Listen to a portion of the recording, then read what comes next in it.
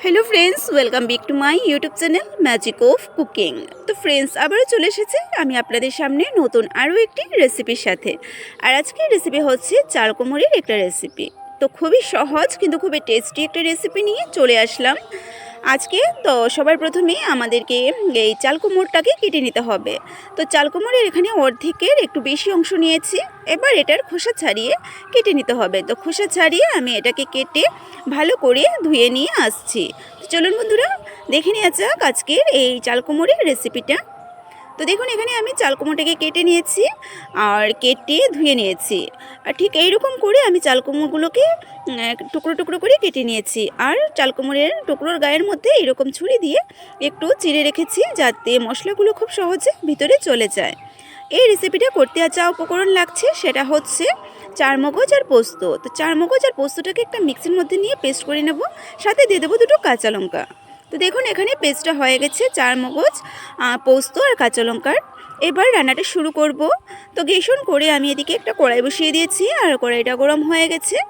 কড়াইটা গরম হওয়ার পর এবারে দিয়ে দেবো সর্ষের তেল। আর রান্নাটা সর্ষের তেলেই করব। তো দেখুন সর্ষের তেলটা দিয়ে দিলাম। এবার তেলটা গরম হতে হবে। তো দেখতেই পাচ্ছেন এখানে তেলটা গরম হয়ে গেছে। এবার ফোড়নটা দিয়ে দেব। তো সবার প্রথমে এখানে আমি ফোড়নের মধ্যে দিয়ে দিচ্ছি শুকনো লঙ্কা আর দিয়ে দেবো কালো জিরে। তো এখানে আমি কালো জিরে দিচ্ছি, আপনারা চাইলে কিন্তু গোটা জিরেও দিতে পারেন। তো ফোড়নটাকে হালকা ভেজে নিতে হবে। ফোড়নটা ভাজা হওয়ার পর সবার প্রথমে কুমড়োগুলোকে ভেজে নেব। চার কুমড়োটাকে প্রথমে হালকা নাড়াচাড়া করে নেব। দিয়ে দিচ্ছি নুন আর দিয়ে দেবো সামান্য হলুদের গুঁড়ো। ব্যাস এবার চাল কুমড়োগুলোকে হালকা ভেজে নিতে হবে। তো এবার চাল কুমড়োটা ভেজে নিচ্ছি। তো চাল কুমড়োটাকে ভাজবো, সাথে এটাকে একটু ঢাকনা দিয়ে ঢেকে রাখবো যাতে ভাজা হওয়ার সাথে সাথে অনেকটাই চাল কুমড়োটা সেদ্ধ হয়ে যায়। পরিমাণ মতো নুন দিয়ে দিচ্ছি। এবার ভালো করে নাড়াচাড়া করে ভেজে নেব। সাথে থাকুন আর ভিডিওটি শেষ পর্যন্ত দেখতে থাকুন। তো এইভাবে একটু নাড়াচাড়া করছি। আর গ্যাসের আঁচটাকে এবার মিডিয়াম আঁচে রেখেছি। মিডিয়াম আঁচে রেখে রান্নাটা করব। দেখুন এটাকে আমি নাড়াচাড়া করে নিলাম। আর এবার একটা ঢাকনা দিয়ে ঢেকে রাখবো, মাঝে মধ্যে নাড়াচাড়া করে নেব। তো দেখো 3 থেকে 4 মিনিট আমি এটাকে ঢাকনা দিয়ে ঢেকে রেখেছিলাম। এবার ঢাকনাটা তুলে নিয়েছি আর চার কুমড়োগুলো হালকা ভাজা হয়ে গেছে আর অনেকটাই কিন্তু সেদ্ধ হয়ে গেছে, দেখতেই বোঝা যাচ্ছে। এবার এখানে আমি মশলা এড করব। তো একে করে সব মশলা এড করে নেব। তার আগে আমি আবারও একবার ভালো করে নাড়াচাড়া করে নিচ্ছি। আর দেখতেই পাচ্ছেন চাল কুমড়োগুলো হালকা ভাজা ভাজা হয়ে গেছে। ব্যাস এখানে মশলা এড করে নিচ্ছি। তো মশলার মধ্যে এখানে সামান্য মশলা ইউজ করব, সামান্য হলুদের গুঁড়ো, সামান্য লঙ্কা গুঁড়ো আর দিয়ে দেবো যে চারমগজ আর পোস্ত কাঁচা লঙ্কার পেস্টটা করেছিলাম সেই পেস্টটা। তো এখানে যেহেতু আমি কাঁচা লঙ্কা দিয়েছি তাই লঙ্কা গুঁড়োটা আমি খুব কম দিয়েছি। আবারও মিক্সিটা ধুয়ে আমি একটু জল এখানে অ্যাড করে নিচ্ছি। এবার ভালো করে মিশিয়ে নেব। আর নুনটা আমি আগেই দিয়ে দিচ্ছি, আর এখানে আমি নুন অ্যাড করব না। আপনারা আপনাদের টেস্ট অনুযায়ী কিন্তু এখানে নুন লঙ্কা সব কিছু অ্যাড করে নেবেন। খুব ভালো করে এটাকে মিশিয়ে নিতে হবে। মশলাটাকে একটু ভালো করে কষিয়ে নিতে হবে। তো দেখুন আমি নাড়াচাড়া করতে করতে মশলাটাকে খুব সুন্দর কুমড়োর সাথে চাল কুমড়োর সাথে কষিয়ে নিয়েছি। ব্যাস এবার এখানে আমি পরিমাণ মতো জল অ্যাড করব। তো এখানে আমি পরিমাণ মতো গরম জল অ্যাড করেছি।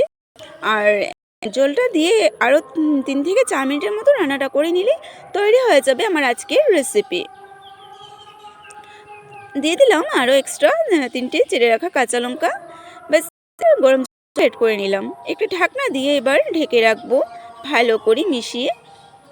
ব্যাস একটা ঢাকনা দিয়ে ঢেকে রাখছি। এটা গ্রেভিটা খুব ভালো করে ফুটে আসা পর্যন্ত অপেক্ষা করব।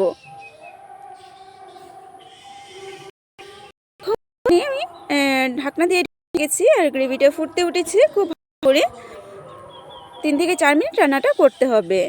তো এখন ফাইনালি আমার আজকে এই চাল কুমড়োর রেসিপিটা তৈরি। খুব সুন্দর গ্রেভিটা ফুটে এসেছে।